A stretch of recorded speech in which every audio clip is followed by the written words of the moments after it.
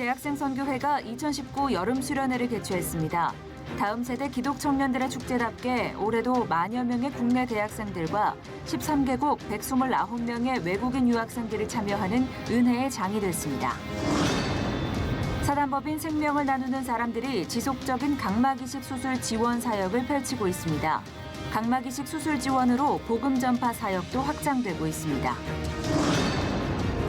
HBC 유소년 야구단이 기독교적인 가치로 야구 인재를 육성하고 있습니다. 권혁돈 한상훈 감독은 HBC 야구단을 통해 장래에 야구 선교사가 나오길 바란다고 말했습니다.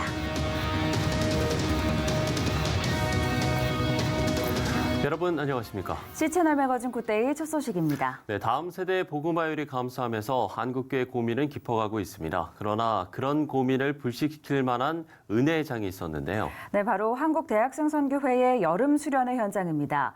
만여 명의 청년들이 참석한 가운데 진행된 CCC 여름수련회에 변현준 기자가 다녀왔습니다. 우비를 쓴 채로 즐겁게 춤을 추며 노래하는 학생들. 락 페스티벌을 연상케 하지만 지난 1961년부터 이어지고 있는 한국대학생 선교회 여름수련회 현장입니다. 이번 수련회의 주제는 에임 디바인 안도 도미나이. 하나님의 거룩하심을 따라 새로운 삶을 시작하자는 의미를 담고 있습니다. 이번 수련회에는 전국 300여 지구의 만여 명 국내 학생들과 태국과 일본 등 13나라의 외국인 학생 129명이 참가했습니다. 박성민 한국대학생선교회 대표는 하나님께 소망을 두고 사는 학생들로 인해 우리 민족은 희망이 있다고 밝혔습니다. 젊은이들이 소망을 잃어버렸고 많은 사람들이 너무나 혼자 또 홀로 외롭게, 그렇지만 여기는 많은 학생들이 함께 모이고 찬양하고 또 이렇게 비가 오더라도 전천후 신앙을 갖겠다고 하나님을 기대하면서 우비를 저렇게 쓰고 예수 그리스도가 답이다 그러고 나와 있는 이들한테 저희는 민족의 소망이 있다고 믿습니다. 이번 수련회의 순서는 학생들의 필요에 따라 참석하는 선택 특강과 성경 강해, 집회, 새 친구반 등으로 꾸며졌습니다. 석사 이상만 하시면 특히 올해에는 600여 명의 믿지 않는 학생들도 참석해 주님을 만났습니다. 이번에 굉장히 뜨겁고 많은 새 친구들이 와서 좋은 집회 진행되고 있습니다. 정말 하나님을 만날 수 있는 기회의 장이 되었으면 좋겠고 또 많은 새 친구들이 그렇게 하고 있는 것 같아서 감사합니다. 수련회의 하이라이트였던 저녁 집회. 박성민 대표는 집회 설교를 통해 우리는 주님께 모든 목적을 두고 살아갈 때 올바른 삶을 살 수 있다고 강조했습니다. 우리 인간은 누구나 죄를 지을 수밖에 없다라고 하는 겁니다. 죄를 짓지 않는, 죄를 짓지 못하는 그거는 이 땅에서 이루어지지 않습니다. 하나님 곁에 갔을 때, 하나님 옆에 가야만 이루어지는 것. 그런 영화된 삶을 얻었을 때만이 가능합니다. 궂은 날씨지만 은혜를 사모하는 학생들의 열정은 식지 않았습니다. 이거 너무 행복할 것 같아요. 이 수련들이 정말 하나님을 만나서 음성을 들었으면 좋겠어요. 하나님의 음성을. 사실 비 오는 걸 기대했어요. 비 안 오면은 CCC 여름 수련회가 아니잖아요. 사실 더 내렸으면 좋겠어요. 은혜의 담비? 이 궂은 날씨에서도 역사하실 하나님을 약간 기대하게 되는 것 같아요. 이 가운데서도 부어주실 은혜는 부어주시니까. 여러 어려움으로 신음하고 있는 한국교회. 한국대학생선교회 여름수련회에서 본 것은 분명 희망이었습니다. 장마로 쏟아지는 빗방울도 한국대학생선교회 학생들의 주님을 향한 열정을 막을 수 없었습니다. 집회에 참석한 다음 세대 기독교인들의 활약으로 한국교회에 다시 한번 부흥의 역사가 일어나길 기대해봅니다. C채널 뉴스 변은준입니다. 보건복지부 지정 장기 이식 등록기관인 사단법인 생명을 나누는 사람들이 지속적인 각막이식 수술 지원 사역을 펼치고 있습니다. 이번에 CK 성모병원의 협력을 통해 30여 년간 백내장 질환으로 고생한 환자에게 새 희망을 선물했습니다. 조홍현 기자가 보도합니다. 30년 동안 백내장으로 힘겨운 나날을 보냈던 양원상 씨. 2차례 인공수정체 수술을 받기도 했지만 각막 상태가 좋지 않아 왼쪽 눈은 이미 실명된 상태입니다. 오른쪽 눈마저 서둘러 각막 이식이라도 하지 않으면 다시는 앞을 볼 수 없는 상황. 수십 곳 이상의 병원을 돌아다녔지만 별 차도를 보지 못하고 있다가 이번에 CK 성모병원의 소개를 통해 생명을 나누는 사람들과 연결될 수 있었습니다. 아내마저 병간호를 하다가 위암 판정을 받고 자식들의 도움으로 근근히 생계를 이어나가던 시간. 온 식구가 힘들었던 날들을 뒤로하고 이제 새 힘을 얻길 기대하는 마음으로 받은 수술. 지난달 18일 수술을 받고 회복 중인 양원상 씨는 도움의 손길에 감사하면서 다시 가족들과 보고 싶은 얼굴들을 보는 날을 간절히 기다리고 있습니다. 이제 앞으로 이렇게 수술했으니까 모든 세상을 환하게 볼 수 있겠죠. 그리고 앞으로 모든 사람한테 봉사를 하면서 살겠습니다. 참 고맙습니다. 조정진 생명을 나누는 사람들 상임이사는 각막 지원을 통해 시각장애인들과 환자들이 빛을 보고 복음을 접하게 하는 사역은 계속될 것이라면서 많은 이들의 관심을 요청했습니다. 이렇게 보이지 않는 세상을 살아가는 어려운 가운데 있는 이 시각장애인들, 환자들, 또 환자들만 있는 게 아니라 또 가족들도 같이 어려움을 겪고 있습니다. 그래서 이분들의 삶이 너무 고되고 힘들기 때문에 저희가 적극적으로 수술을 받으실 수 있도록 돕고 있고 후원하고 있습니다. 이번에 생명을 나누는 사람들과 함께 각막 이식 수술을 진행한 CK 성모병원. 개인 병원으로서는 전북 온누리 안은행에 이은 두 번째 병원으로 사랑의 빛을 나누는 일에 함께했습니다. 주천기 CK 성모병원 원장은 각막 이식 수술을 기다리는 사람이 많지만 많은 경우 쉽게 수술을 받기가 힘든 상황이고 각막 공급도 충분치 못해 수입에 의존하고 있는 상황이라면서 각막 이식에 대한 국민적인 인식이 확대돼야 한다고 밝혔습니다. 각막 혼탁이 되게 되면 이것은 이제 원래 투명한 상태로 돌아가기가 힘듭니다. 일단 혼탁이 되게 되면 그것은 새 것으로 갈아줘야 됩니다. 새 것으로 갈아주기 위해서는 이제 사람의 딴 분에 공유된 각막이 필요하고 그것을 통해서 우리가 이식을 해주게 되는데요. 이 각막을 기증하고자 하는 분들의 수는 굉장히 적어서 우리나라에서는 약 50% 이상을 수입 각막에 의존하고 있는 현실입니다. 기증 문화도 좀 활성화가 돼야 되겠고 더 많은 단체에서 이런 각막 혼탁 때문에 못 보는 분들을 위해서 각막 이식에 대한 지원이 많이 있게 되면 그런 분들한테는 많은 그 광명의 혜택이 돌아가지 않을까 이렇게 생각하고 있습니다. 더욱 많은 사람들에게 빛을 선물하고자 하는 교회의 노력. 그 노력을 통해 예수 그리스도의 사랑과 복음의 메시지가 전해지길 기대해 봅니다. C채널 뉴스 조홍현입니다. 바른군인권연구소와 동성애 동성혼 반대 국민연합 등이 국가인권위원회는 더 이상 가짜 인권 논리로 대한민국의 안보를 불안하게 하지 말라고 주장했습니다. 지난 27일 국가인권위원회 앞에서 열린 규탄 집회에서 국방부 전 법무관리관이자 바른군인권연구소 공동대표 임천영 변호사는 인권위가 법안 발의를 추진하고 있는 군인권보호관 운영이 군대 내 동성애 합법화로 이어질 수 있다고 우려했습니다. 성명서를 발표한 바른군인권연구소는 절대 다수의 국민을 무시하고 군대를 무력화하고 있는 국가인권위는 해체하고 법무부 인권국으로 통합돼야 할 것이라고 전했습니다. 한국기독교목회자협의회가 지난 27일 세문안교회에서 공교회로서 한국교회 미래를 말한다는 주제로 2019 전국 수련회를 개최했습니다. 개회 예배에서는 이성구 대표회장이 메시지를 전했고 송태근 삼일교회 목사와 이미국, 장신근, 장로배 신학대학교 교수 등이 발제했습니다. 한목협은 이날 12회 총회를 개최하고 연합 일치기도회를 진행했습니다.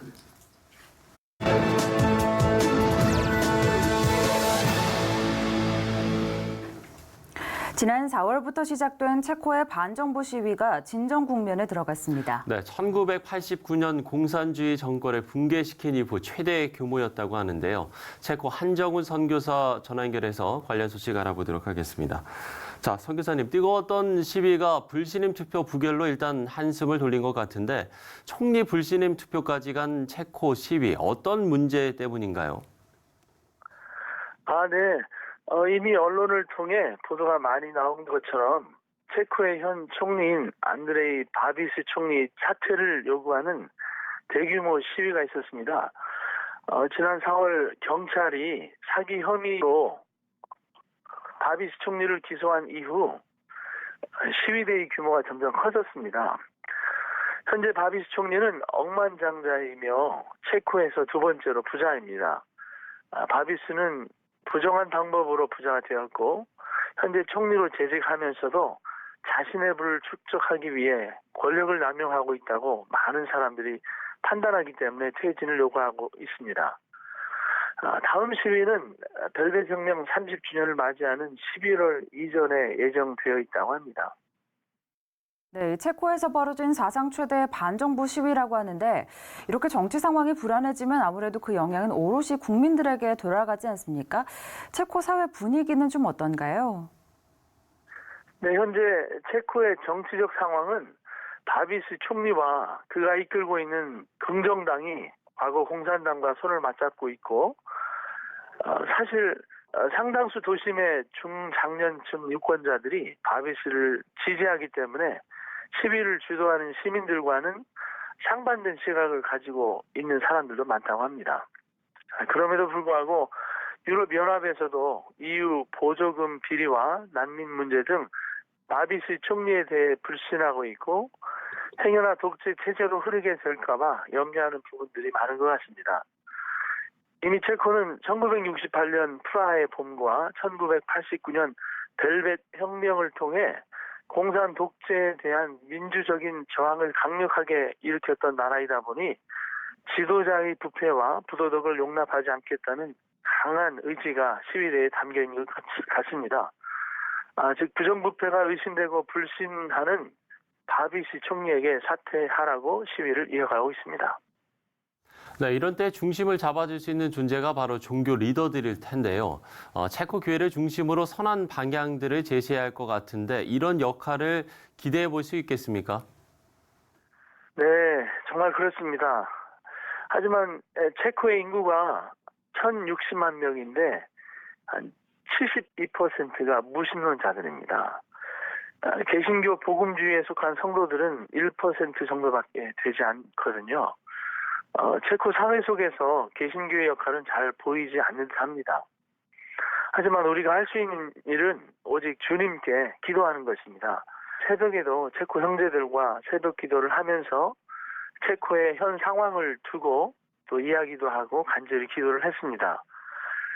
무너진 성벽 재건을 위해 눈물로 기도하며 52일 만에 유대인들과 연합하여 예루살렘 성벽을 재건하고 미스바 회개운동을 일으켰던 느헤미야처럼 체코의 정치적, 영적 상황을 두고 체코 교회와 그리스도인들이 간절히 하나님께 매달리고 기도하는 것이 무엇보다 중요한 때인 것 같습니다.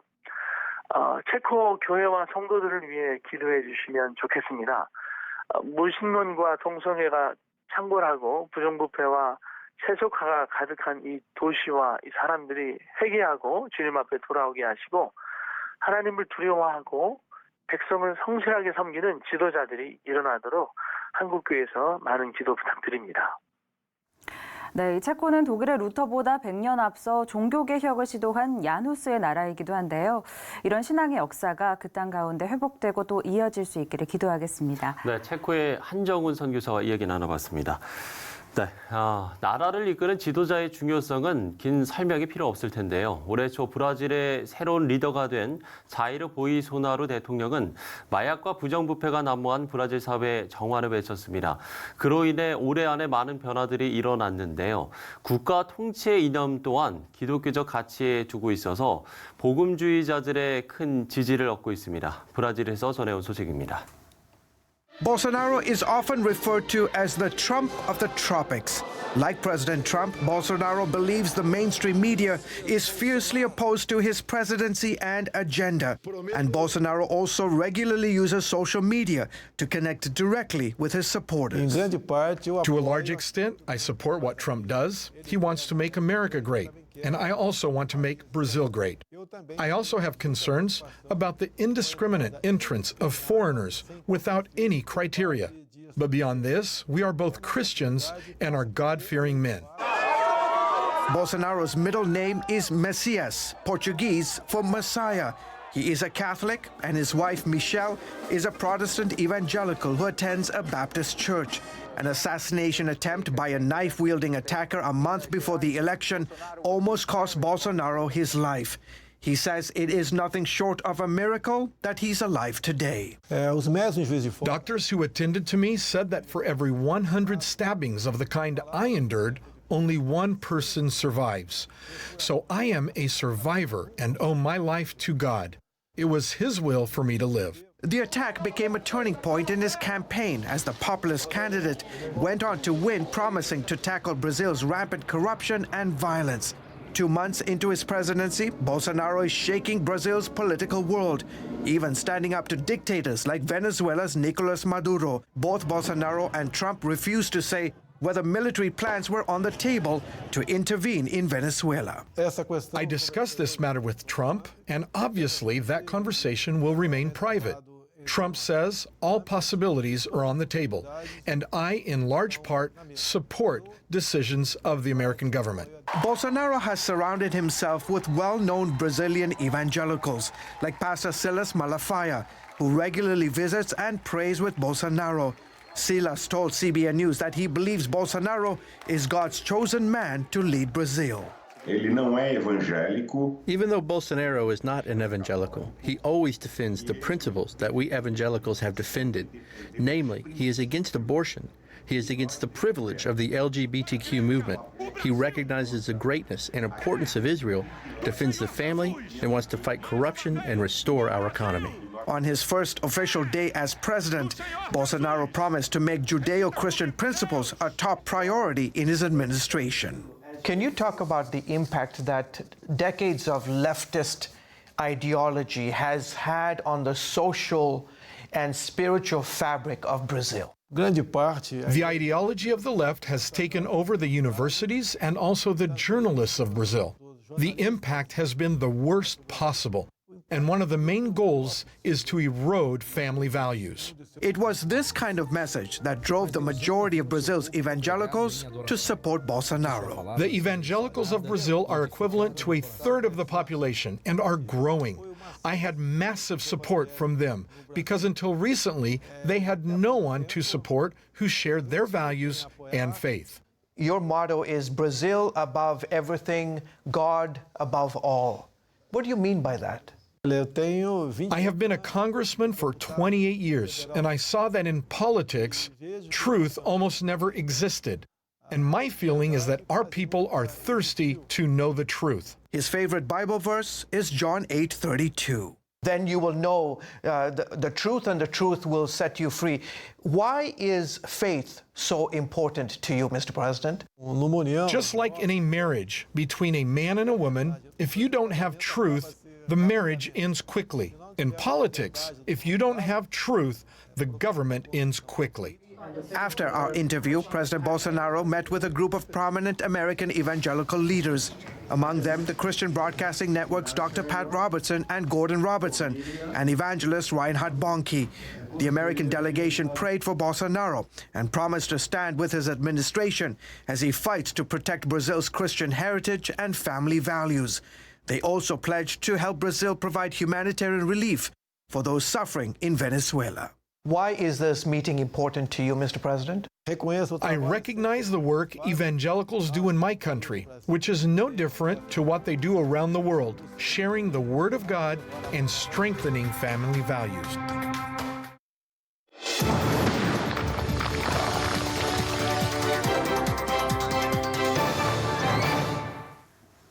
네, 북한 관련 소식으로 함께합니다. 송실대학교 하충엽 교수 나오셨습니다. 교수님 안녕하십니까? 네. 자, 먼저 트럼프 대통령 방한 소식부터 좀 이야기를 나눠봐야 할 것 같습니다. 네.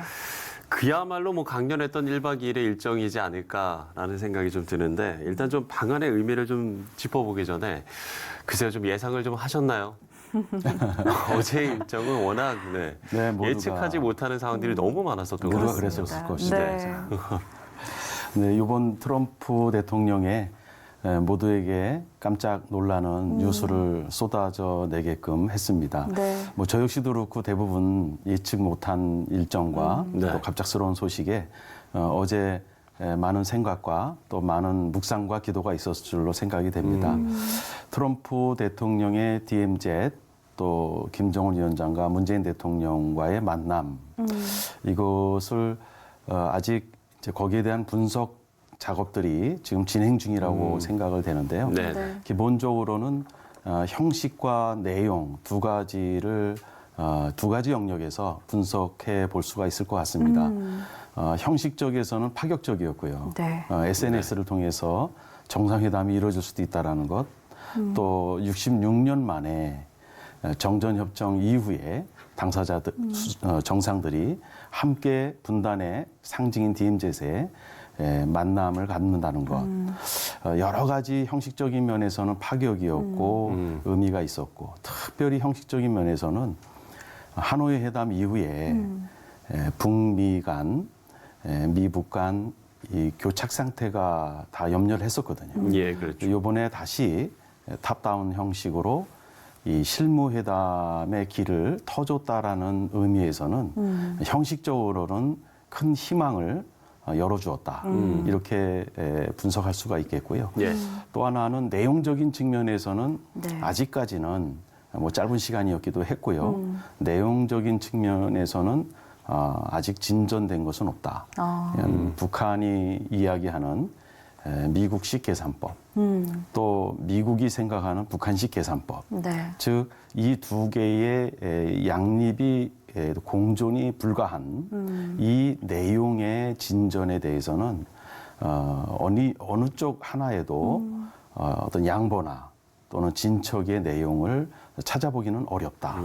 그렇게 우리가 분석해 볼 수 있지 않겠나 싶습니다. 네, 그렇군요. 형식적인 부분과 좀 내용적인 부분을 나눠서 좀 정리를 해주셨는데요. 말씀해 주신 것처럼 형식적인 부분은 굉장히 파격적이었습니다. 뭐 양국 정상들이 이렇게 SNS를 통해서 만나는 것 자체도 그렇고요. 경호원들도 훨씬 자유로운 그런 모습이었고요.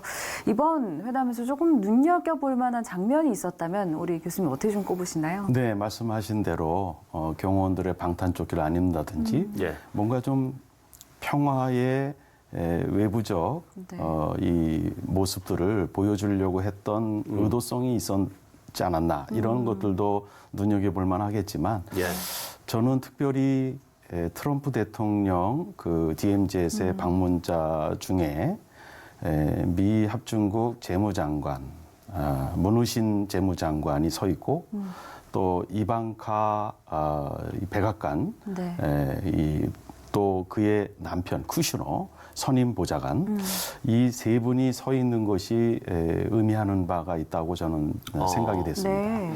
왜냐하면 사실 영국 오피니언에서는 미국과 중국의 이 무역 전쟁을 사실 이 화폐 전쟁, 즉 금융 전쟁, 즉 유대 펀드와 화교 펀드가 충돌하는 전쟁으로 보고 있고 또 특별히 이스라엘이 주변 22개 아랍국에게 늘 위협을 당하고 있는데 이 아랍국들에게 무기 수출국은 북한이고 또 이스라엘의 안보에 도움이 된다면 그들이 한반도 통일에 역할을 할 수 있다. 이런 이야기는 계속 나왔었고 그러나 김정은 위원장이 핵무기 완성을 선포하기 전과 후는 이스라엘 정책에 큰 영향을 주었을 거라고 생각을 하고 있었거든요.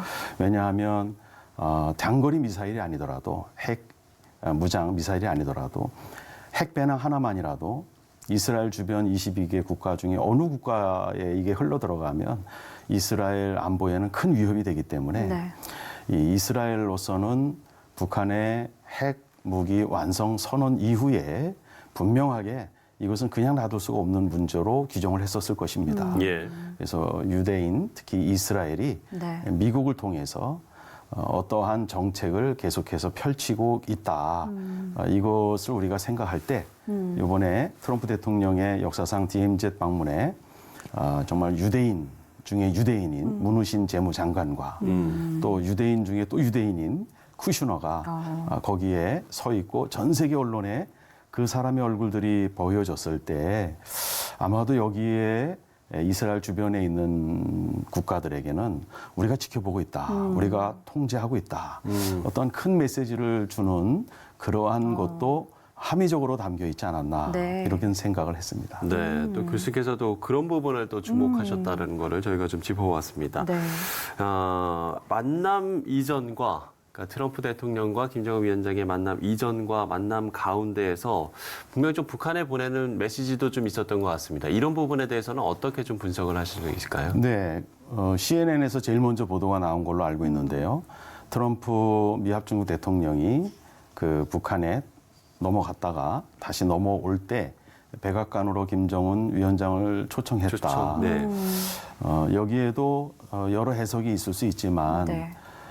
트럼프 대통령과 김정은 위원장의 이러한 만남의 횟수의 증가와 워싱턴 미국으로 초청은 이 북한의 핵무기를 미국이 이렇게 관리할 수 있고 또 친중 노선으로 새로운 길로 나가는 북한의 방향을 미국으로서는 좌시할 수 없기 때문에 그것을 방향을 틀고 또 방향을 관리하는 그런 메시지가 그 회담 중에서 또 회담 이후에도 아마 계속해서 그 방향은 가리라 이렇게 생각이 됩니다. 그래서 우리가 생각할 때는 트럼프 대통령께서 선거, 대선, 재선을 앞두고 정치적으로 이렇게 여러 가지 보여주는 것을 하고 있다라고 보도가 되고 있지만 예, 그런 일부의 시각도 좀 있습니다. 네, 그럼에도 불구하고 트럼프 대통령은 크리스찬이고 또 영적 지도자와 교감을 하고 있기 때문에 그에게 하나님의 지혜와 또 하나님의 뜻을 잘 분별해서 한반도 피 흘림이 없는 복음 통일로 네. 미합중국 대통령이 잘 이끌어갈 수 있도록 우리가 기도해야 될 제목이라고 생각합니다. 그렇군요. 이제 또 앞으로 3, 4주 안에 실무회담이 진행될 예정이라고 하는데 어떻게 협상 테이블에 앉을 실무진들이 조금 바뀌게 될까요? 네, 트럼프 대통령 취임 후 2년 반이 돼가고 있는데 사실은 국무부에 이쪽 한반도의 그 외교부 라인이 이제 라인업이 완성된 게 이제 이번 6월 16일로 돼 있습니다. 네. 즉 국무부에 우리 스틸웰 아시아 또 태평양 담당자가 미 상원 인준을 받은 게 지난달 6월 중순이었거든요. 이제 미국에서도 외무적으로는 이 한반도 문제를 다룰 수 있는 라인업이 완성이 되었고 또 북한에서도 하노이 회담 이후에 통전부에서 외무성으로 이 대북 채널이 라인업이 이제 정리가 된 듯합니다. 예. 물론 뭐 장금철 통일전선부도 어제 DMZ에서 나타났지만 네. 그러나 리용호 외무성과 또 최선희 외무성 제1부부장 이 분들이 전면에 나섰기 때문에 네. 이제는 아마 북한의 이 정책을 다루는 사람들과 예, 또 예. 미국의 이 정책을 다루는 사람들의 라인업이 이제 완성이 됐기 때문에 탑다운 이후에 2, 3주 내로 이 실무팀이 구성이 된다고 하는데 이제 실질적인 대화 협상자들이 구성이 다 된 듯합니다. 네, 모쪼록 이런 실무 협상에서 좀 긍정적인 결과가 나왔으면 네. 하는 바람도 좀 가져보고요. 저희가 G20 정상회담의 좀 성과에 대한 이야기도 좀 해봐야 되지 않을까 싶습니다. 뭐 지금의 이런 좀 상황들을 놓고 볼 때 이번 G20 정상회담을 통한 외교가 좀 어느 정도 성공을 했다 이렇게 좀 평가를 해볼 수 있겠습니까? 어떻게 생각하시나요? 예, 하노이 회담에서 이후에 최선희 외무성 제1부상이 미국식 계산법, 즉 이것은 미국이 북한 체제를 위협하는 대북 제재로 해석을 했다라는 말을 간략하게 줄여서 미국식 계산법이 틀린 것 같다라고 표현을 했는데, 즉 이거는 체제 안전에 관한 네.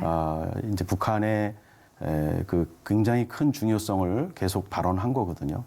또 이번에 G20 오사카 회담에서 시진핑도 푸틴도 문재인 대통령에게 또 트럼프 대통령에게 김정은의 메시지를 전했고 그 내용의 핵심은 안전, 체제 안전인 것 같다. 그래서 이 체제 안전을 북한은 무엇보다도 원하고 있고 또 이것을 주변국 정상에게 계속해서 김정은 위원장이 얘기를 했고 그것이 문 대통령과 트럼프 대통령에게 전달이 됐고 이제 이러한 측면에서 DMZ 방문에 이 3정상이 만났기 때문에 아마도 오사카 G20 회담의 그 내용과 그 성과가 DMZ 삼국 정상회담의 연결에 영향을 분명히 주었다 이렇게 생각이 됩니다. 예. 사실 G20 전에 시진핑 주석이 좀 전면에 등장을 하면서 우리의 역할이 좀 줄어드는 게 아니냐 이런 좀 우려의 시각도 있었습니다. 그런데 뭐 어찌됐든 이번 남북미 회동을 계기로 좀 그런 우려는 좀 불식시킨 게 아닌가 싶겠습니다만 앞으로도 좀 우리의 정부의 역할이 중요하다는 생각이 들거든요. 앞으로는 좀 어떤 역할을 해야 된다라고 생각하시나요? 네, 우리 대한민국 국정을 책임지고 있는 우리 정부는 한미 동맹의 이 강화를 통해서 소통의 어려움이 없어야 되겠다. 예. 또 지금 북한을 끼고 있는 우리 한반도를 끼고 있는 우리 중국과 러시아, 일본 여기와도 우리 한반도의 비핵화, 특히 북한의 비핵화를 위해서 우리 현 정부가 상당히 정교한 외교적 정책이 더 요구되어지지 않느냐 이러한 계속 요구가 있습니다. 예. 여기에 한 가지 더 붙여서 저는 아까 말씀드린 대로 이스라엘의 움직임, 이스라엘이 미국을 통해서 펼치는 한반도를 향한 정책, 북한의 비핵화를 달성하려고 하는 미국 뒤에서 또 작동하고 있는 이스라엘의 정책까지도 우리 현 정부가 좀 담아낼 수 있도록 그렇게 되기를 정말 기대하고 기도하고 있습니다. 네. 사실 교계에서는 이전보다 북한과의 접촉이 좀 더 활발해진 것 같은 그런 느낌도 드는데요.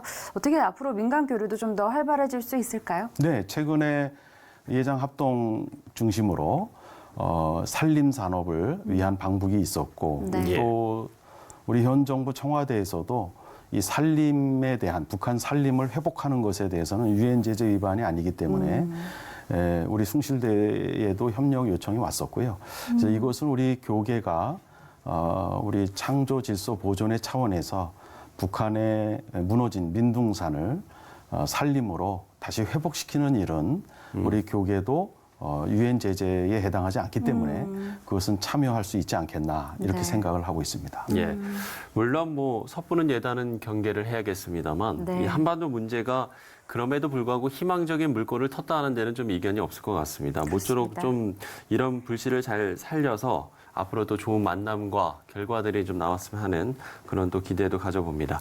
자, 숭실대학교 하충엽 교수와 이야기 나눠봤습니다. 오늘 말씀 고맙습니다. 네, 감사합니다. 감사합니다.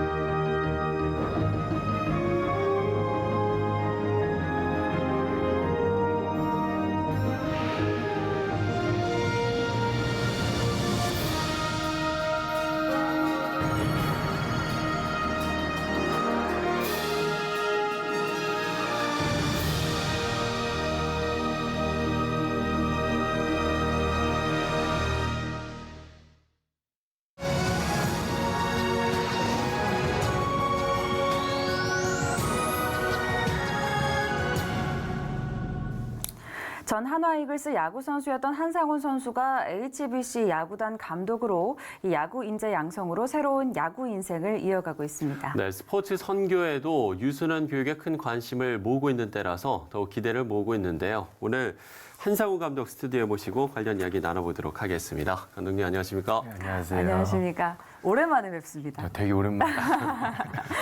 자, HBC 야구단이라고 저희가 소개를 해드렸는데요. 먼저 HBC 어떤 뜻인지 좀 궁금한데요. 네, HBC는요. 히스 베이스볼 클럽이라고 그분의 야구단이에요. 그래서 하나님의 야구단. 그래서 HBC입니다. 네. 직접 지으신 건가요? 제가 여쭤보려고 했습니다. 제가 직접 지은 건 아니고요. 네. 그러니까 저랑 함께하는 분들하고 또 감독님하고 같이 나누다 보니까 HBC라는 게 딱 맞아떨어지는 게 많이 있더라고요. 예전에 이 전에 있었던 한상훈 베이스볼 클럽도 되고요. 그리고 저랑 함께하는 권혁돈 감독님의 혁돈 베이스볼 클럽도 될 수 있어서 네. 여러 가지 의미로 HBC를 그러게요. 네, 상당히 이름이 여러 가지 의미를 담고 있기 때문에 상당히 네. 좋은 팀 이름인 것 같습니다. 네. 한상훈 감독님의 현역 시절을 기억하는 분들이 상당히 많으실 텐데요. 네. 은퇴를 하셨던 게 2016년이었죠? 네, 2015년까지 제가 선수 생활을 하고요. 네. 구단의 약간 행정적인 문제로 인해서 제가 2016년 시즌에는 이제 본의 아니게 저의 의사와 상관없이 팀을 나오게 됐어요. 근데 그게 하나님의 은혜였어요. 저한테. 팀을 나오게 되면서 제가 보지 못했던 것들을 볼 수 있게 됐고 네. 또한 하나님을 더욱더 깊이 만날 수 있는 시간들이 될 수 있어서 저한테는 어떻게 보면 그 2015년 시즌까지 했던 하고 은퇴하고 난 게 저한테 가장 큰 은혜였던 시간이었던 것 같아요. 그러면 현역 시절과 그 이후의 삶과 좀 많이 달라지셨나요? 어땠나요? 네, 예전에는 그러니까 선수 시절 때는 약간 좀 치열하게 좀 삶을 좀 살았었는데 지금 마찬가지로 은퇴했을 때의 삶도 마찬가지로 치열하긴 한데 그 치열함은 경쟁이 아닌 정말 그 하나님 나라를 위한 경쟁이기 때문에 그 삶은 훨씬 선수 때보다 지금 훨씬 더 행복하고 감사한 것들이 너무나 많은 것 같아요. 그러시군요. 그러면 이제 은퇴 이후에 야구 인재 양성을 시작하셨어요. 그러면 어떻게 보면 은퇴가 원치 않았던 은퇴일 수도 있지만 그때 이후로 하나님께서 오히려 도와주셨다라고 고백을 해주셨는데 그 길로 인도해 주셨다고 보면 될까요? 네, 그러니까 하나님께서는 제가 이제 선수 생활을 뭐 2년, 3년 더 하는 것도 물론 좋아하시지만 하나님의 관심과 초점은 저의 야구를 1, 2년 더 하는 거에서 잊지 않으시더라고요. 기도하는 와중에 이런 마음을 주셨어요. 상훈아, 나의 관점과 초점은 영혼 구원에 있다. 그 말씀을 주시는데 너무 마음이 뜨거워지는 거예요. 그래서 그러면 제가 어떻게 제 영혼 구원을 저 같은 자가 어떻게 할 수 있겠습니까? 이렇게 묻는 와중에 하나님께서 여태까지 저한테 주셨던 야구라는 달란트를 통해서 해봐라라고 그런 마음을 주셔가지고 지금 이 팀을 만들게 됐고 지금 여기까지 왔습니다. 그 진심이 참 저희에게도 느껴지는 것 같습니다. 이번에 이제 20세 이하 월드컵에서 이미 증명이 됐듯이 유소년 선수들을 우리가 양성을 어떻게 하고 얼마나 또 중요한지를 좀 깨달았던 것 같습니다. 야구도 좀 마찬가지일 것 같은데요. 이런 부분에 대해서는 어떤 좀 생각을 갖고 계신가요? 네, 그러니까 정말 중요하고요.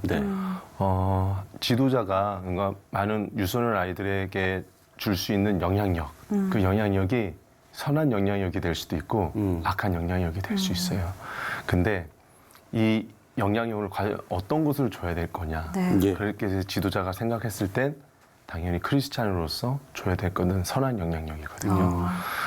그렇기 때문에 아이들한테 정말 그 선한 영향력을 준다는 것은 저 사람으로서는 선할 수는 없지만 하나님 안에 있다면 그 선한 영향력에 갈 수 있기 때문에 오직 정말 그 크리스찬 지도자들이 정말 많이 나타나서 정말 함께 이 일들을 해 나갔으면 정말 좋겠어요.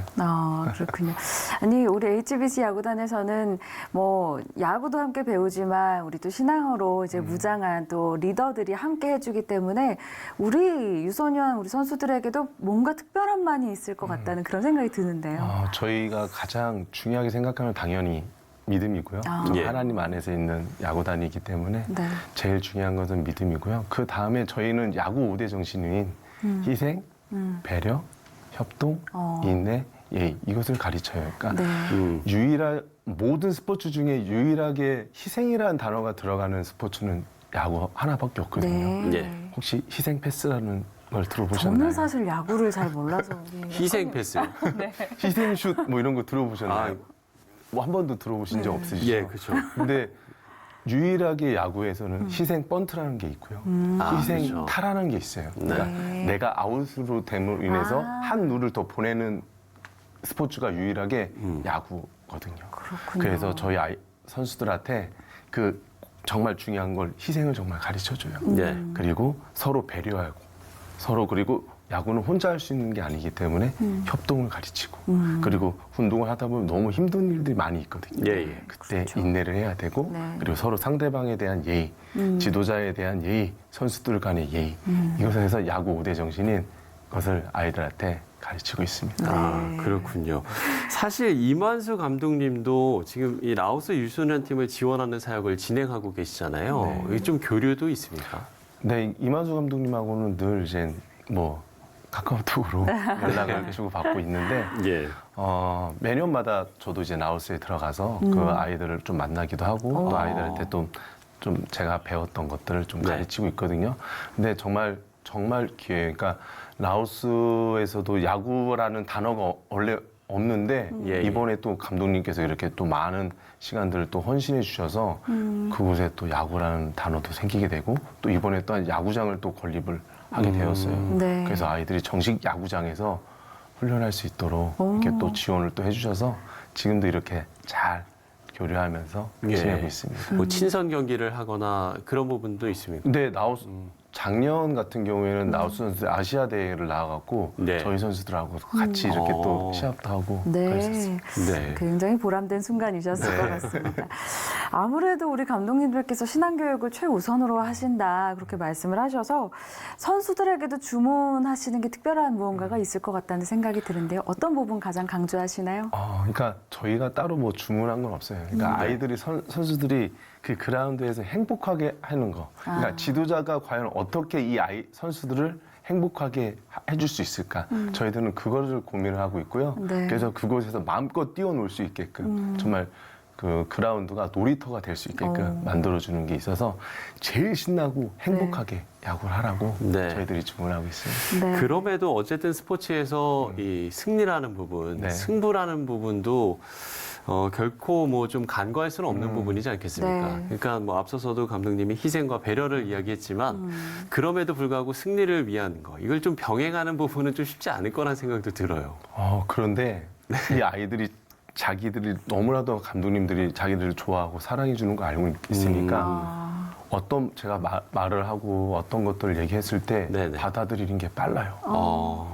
그러다 보니까 많은 분들이 클럽이 뭐 어느 정도까지 할 수 있겠냐라고 하시는 분들도 계시는데 그래도 너무 감사하게 선수들이 너무 잘해와서 열심히 하고 그래서 또 하나님께서 또 은혜를 또 부어주시니까 저희가 지금까지 대회를 3개 대회를 정도 나갔어요. 근데 감사하게도 그 3개 다 우승을 했어요. 이게 정말 바깥에서 봤을 땐 너무나도 말도 안 되는 일인데 저희는 당연하게 생각하죠. 하나님이 야구 다니니까. 그렇네요. 즐기는 야구를 하신다라고 생각하면 되겠네요. 이번에 20세 이하 월드컵에서도 그렇게 잘할 성과를 낼 수 있었던 원인 중에 하나가 이제 즐기는 축구를 해서다라는 분석들도 있는데 아마도 즐기는 야구를 하시는 것 같습니다. 그 앞으로의 좀 야구 경기 일정도 좀 여쭤봐도 될까요? 어떤 일정들이 있습니까? 저희가 지금 이제 7월 달에는 저희가 지금 이제 국제대회를 나가요. 일본에서 하는 국제대회 초청을 받아가지고 국제대회를 나가서 그곳에서 또 일본에서도 또 선수들이 또 열심히 해서 또 좋은 뭐 성적이 못 내더라도 정말 거기서 좋은 경험을 했으면 좋겠고요. 저희가 매 달마다 대회가 하나씩 있어요. 그 대회들을 나가면서 또 선수들에게 좋은 경험을 할 수 있었으면 좋겠고 한 11월까지는 계속 저희가 대회는 매번 나갑니다. 그렇군요. 그 사회공헌 활동도 하신다고 들었어요. 이건 어떤 내용인가요? 그건 저희 함께 하시는 그 바하밥집이라고 노숙인 분들에게 밥을 또 이렇게 제공해 주시는 분이 계신데 그분하고 연결이 돼서 그분이 야구를 정말 좋아하세요. 그렇게 하다가 그 리커버리 야구단을 한번 말씀을 하시더라고요. 그래서 이런 팀을 한번 만들어 보는 건 어떤지. 그래서 그 지금 함께 하시는 분들이 노숙인 분들 그리고 약간 정신적으로 좀 분열 있으신 분들 그리고 좀 알코올 중독자 분들이 계셔서 그분들이 거의 집 안에만 계시는 분들이라 밖에서 활동을 전혀 안 하세요. 그러다 보니까 몸과 마음이 좀 많이 힘들어지는 상태인데 이 야구단을 하면서 야구 선수들하고 이렇게 같이 이렇게 하면서 이분들이 밖에 나오게 되시고 그러다 보니까 뭔가 마음이 회복되어지는 거예요. 처음에는 표정을 봤을 때 너무나도 어둡고 되게 힘들어 하셨는데 지금은 빨리 야구 할 수 있는 시간만 기다리고 계시는 거예요. 그것만 볼 때 너무나도 감사한 거예요. 그래서 요즘에 저는 선수 때는 잘 몰랐는데 선수를 그만두고 요즘에는 정말 야구하길 너무 잘했다. 그런 생각이 들 정도로 너무 감사해요. 야구를 하면서 할 수 있는 게 너무나도 많은 거예요. 그렇군요. 선수 때보다 오히려 더 야구를 할 수 있는 요즘이 더 행복하다 이런 말씀을 해주셨습니다. 네, 시간 관계상 더 이야기를 듣고 싶지만 여기서 좀 마무리를 하고요. 앞으로 또 7월에 일본에서도 국제대회 준비하고 계시다고 하니까 분주한 시간 보내실 텐데 우리 아이들이 정말 야구를 즐기면서 하는 그 야구를 하다 보면 또 좋은 성적도 따라오게 되겠죠. 저희도 위에서 함께 기도하도록 하겠습니다. 좋습니다. HBC 야구단 한상욱 감독과 이야기 나눴습니다. 오늘 말씀 감사합니다. 감사합니다. 한국대학생선교회가 2019 여름 수련회를 개최했습니다. 만여 명의 국내 대학생들과 외국인 학생들이 참여하는 은혜의 장이 됐습니다. 사단법인 생명을 나누는 사람들이 지속적인 각막 이식 수술 지원 사역을 통해 복음 전파 사역을 확장하고 있습니다. 바른군인권연구소와 동성애 동성혼 반대 국민연합 등이 국가인권위원회 앞에서 규탄 집회를 열었습니다. 한국기독교 목회자협의회가 공교회로서 한국교회의 미래를 말한다라는 주제로 2019 전국 수련회를 개최했습니다.